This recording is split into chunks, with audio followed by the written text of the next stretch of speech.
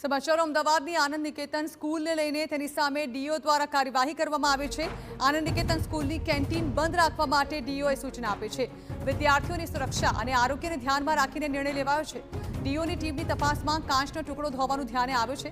શાળાની કેન્ટીન પાસે food safety certificate છે કે નહીં તે પણ તપાસ કરવામાં આવશે। તો આરોગ્ય વિભાગના ફૂડ ક્લિયરન્સ બાદ જ હવે કેન્ટીન ફરી શરૂ કરી શકાશે। કેન્ટીન સંચાલકથી લઈને ઘટનામાં સામેલ લોકો સામે કાર્યવાહી કરવા પણ સૂચના અપાઈ છે।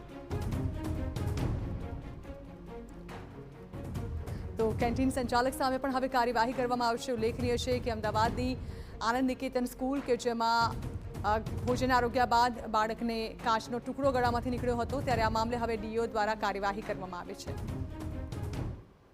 શિક્ષણ નિરીક્ષક દ્વારા સ્થળ ઉપર મુલાકાત લઈ ટીમ સાથે અને પ્રાથમિક અહેવાલ સુપ્રત કર્યો છે। તેમાં સ્પષ્ટપણે આ બાબત જે છે એની ખરાઈ સાબિત થઈ છે, એટલે કે કાચનો ટુકડો જે છે એ જોવા મળ્યો હતો, જેને ધ્યાને લઈ તાત્કાલિક અસરથી શાળાના મેનેજમેન્ટને મેં સોકોસ નોટિસ આપી અને ખુલાસો માગ્યો છે।